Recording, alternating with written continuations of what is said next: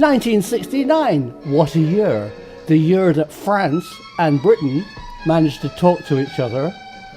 Concorde took its first test flight in Toulouse, and the USA put men on the moon.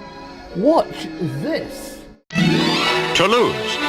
Concorde 001 made her most important public appearance back end first.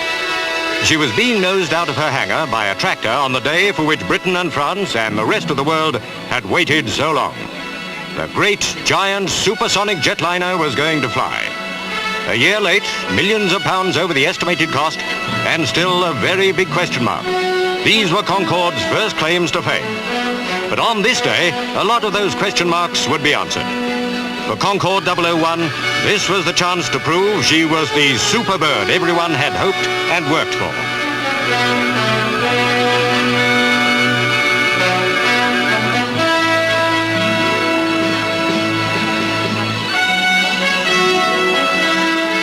"193 feet long, 38 feet tall, with a wingspan of 84 feet. Vital statistics of an Anglo-French lady who was all dressed up and ready to go places on the biggest date of her life. Keeping that date were the world's press.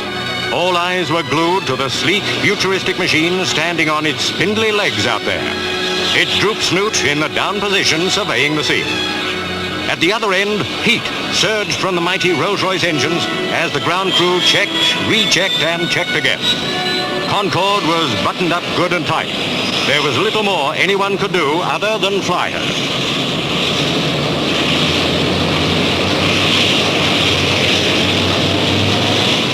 After 6 years of designing and building, delays and progress, the dream was a reality. Concorde nosed slowly out towards the starting point of her flying career. The men chosen to crew the Speedbird on her maiden flight had plenty to do during the last few seconds before takeoff. The all-important final pre-flight check, carried out by Chief Pilot André Turcat and his crew, went without a hitch. This was it.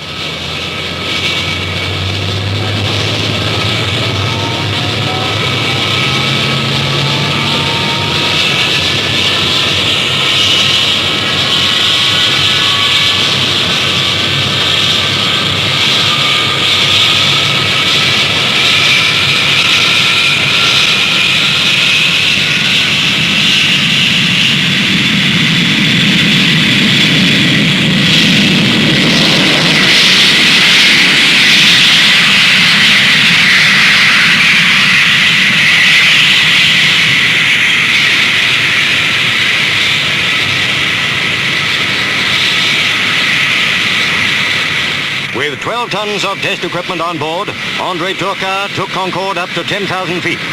She was almost ticking over at less than 300 miles an hour.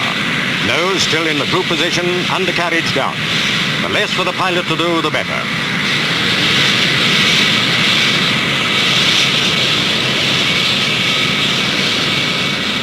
Earthbound technicians waited for reports to come in.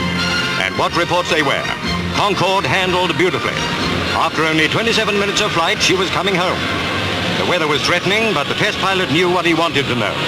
Concorde was coming back as a success.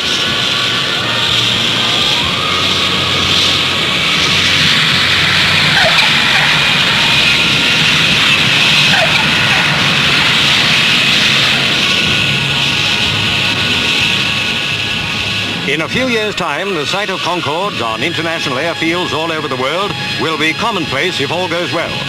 Then there'll be 130 passengers on board. Flying times will have been cut by half. London to New York from 7 hours 40 minutes to 3 hours 25 minutes. But for the moment, there's a lot more flight testing to be done. A long, lonely job for the French and British test pilots and their crews. But now was a time of triumph, and André Turcat was the hero.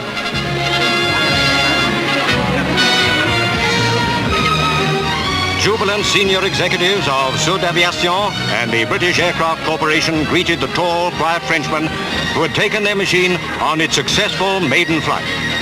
Inside, the world's press wanted to hear Monsieur Turcat's verdict. "The big bird flies," he said. "It's the beginning of the big work. If that work goes well, Britain and France stand to make £4,000 million and lead the world of civil aviation."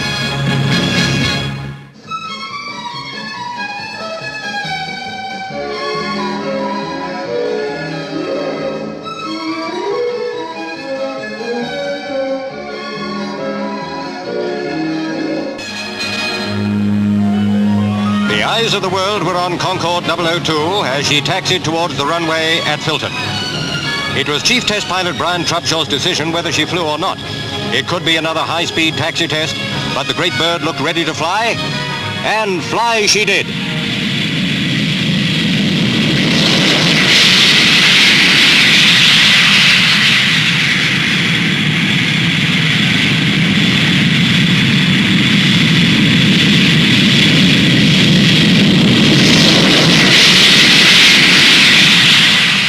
Red, white and blue of Britain's supersonic jet giant was a proud sight as she made her 22-minute maiden flight to RAF Fairford, where the 10,000-foot runway, one of the longest in the country, waited invitingly for the Anglo-French superjet to return to Earth. Gracefully, like a prehistoric winged monster, 002 felt for the ground.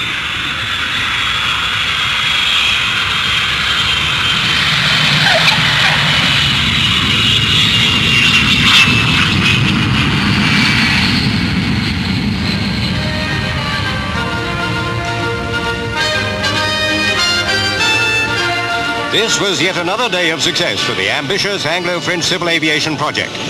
The dream of years was a magnificent reality, putting both nations way ahead of the rest of the world and giving glimpses of the speedy 70s which lay ahead.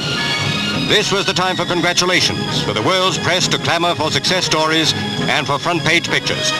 Still, quietly sitting at the controls was Brian Trupshaw. Engineers and specialists got down to quick, on-the-spot checks. The flight was over, the work just begun. The second Concorde, the British Concorde, had been proved a machine of the skies.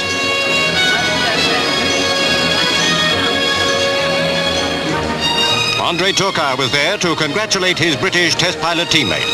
Together they belong to the exclusive club of Concorde pilots.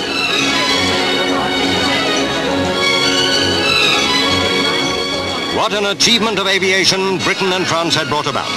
Supreme combined technology had shown the rest of the world a clean pair of heels. Concorde and the men who built and flew them have left their mark in the skies. The truth is out there.